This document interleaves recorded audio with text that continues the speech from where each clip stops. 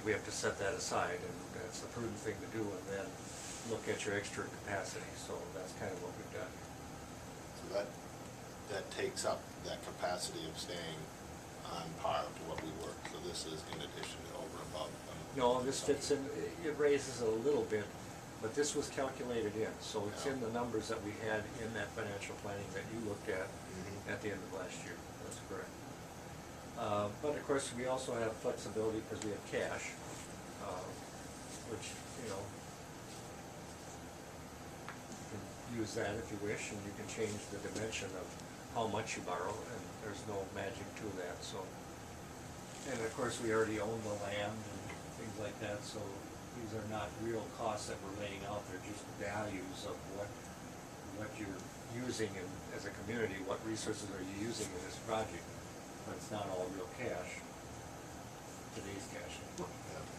How close do we get, under this, either one of these scenarios, how close do we get to maybe what our maximum indebtedness?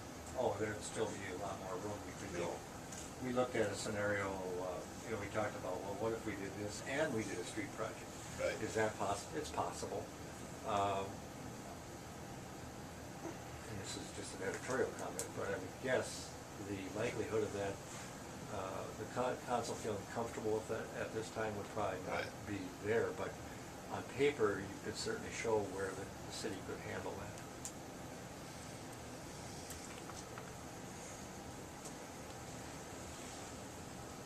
You notice that the cost has gone up from originally 1.2 to now almost 1.8. Is that going to continue to increase? Is that based on rise in cost of building, or? Well, I think the, following the pattern, you know, remember the initial estimate, I think, was 2 million, and we had 2.1, and then they worked to cut it back down, and Dan was working with Kevin to cut it, and you're cutting off square footage and all that, and so I think they've trimmed a lot of it. So essentially, the numbers they've been working on is that 1.5 million thing. Those totals is not realizing there's all these other costs you got in there. And I think the board, or the group discussing it, said, at some point, you get maybe not what you need to do the job. And so I think the idea has been, what would reasonably be doable, and what will that reasonably cost? And I think everybody's goal was to cap it at 1.3, which you can still do, but you're going to build less maybe than what is truly functioning, and will only hamstring the success of the company. So now we've also, I think. And I don't think too, though, that the price hasn't just arbitrarily risen. That 1.2 and 3 figure was prior to design work being done. Yeah, So, it was just a the guesstimate. reality of hitting that and taking it to design is completely different. But if you're going to hit it, you're going to have to cut it. Cut the size down and a lot of things. And there's still maybe things that can be done.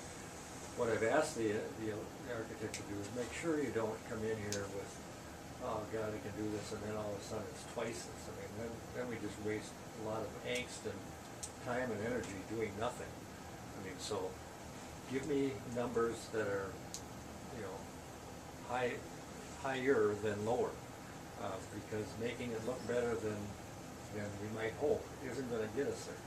It's just going to create more issues in the long run, because you might be, you know, then $100,000 away, but it's that 100,000 you just can't get over the hump. So we're hopeful that he's been, by including the contingency and including some of these numbers that he knows in his own belief are too high, but they're numbers he got from somebody that does that kind of work. He didn't want to second guess them.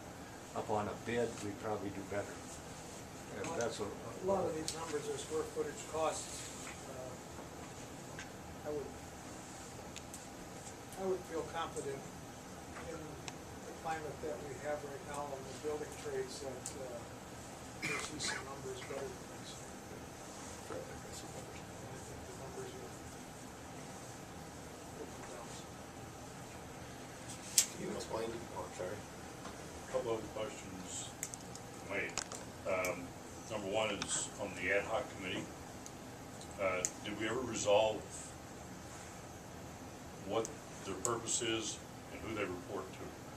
And Vern, I know that was your motion at the city council meeting. Was it addressed in the ad hoc committee? Does the ad hoc report to us and then we make a proposal to the council?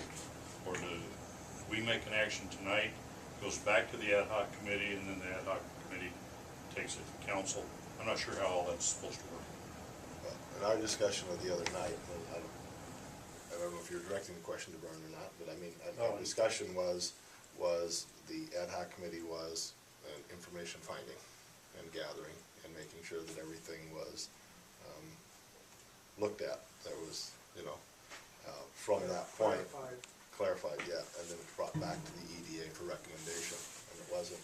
And I don't know that your intent was to get recommendation from the ad hoc committee to the council, but more of assurance that the EDA committee had kind of met its obligation to look at all factors relevant to this decision, and then bring it back to the EDA with comment to the council. That might be a good summary. Thanks for that. The purpose for my motion was to get the three bodies that are involved on the same page: Planning Commission, EDA, and City Council, so that we could expedite this information sharing and get everybody sort of on the same page rather than passing it here and there and everywhere, because I wasn't getting on the council, and having missed a couple of EDA meetings because of business travel, I wasn't getting the information or hearing the information that I felt needed to be discussed, brought out into the open. So that was the reason, and not being aware of any of the timelines that were fast approaching, unbeknownst to me. That's why I made the motion. Certainly the EDA is the body that would, I think, take all of the information into consideration and pass a recommendation to the council. So, yeah, as I said, your summary is fair of my intent and of the workings, or the way I think it should work too. And all of these, the financing methods are reasonable. What I'm not hearing though is repayment. How is this going to be paid for? Well, the payment is in these financing mechanisms. I think what you're talking about is a credit that the client is going to ask for back for creating jobs, and that's still in the works. Because this is going to be a lease purchase, so we're being asked to create a lease. The payments of the lease will cover the taxes, any improvements to the building, and it will not include, in the initial period of time, I would assume, any debt repayment of principal or interest. And then at some point,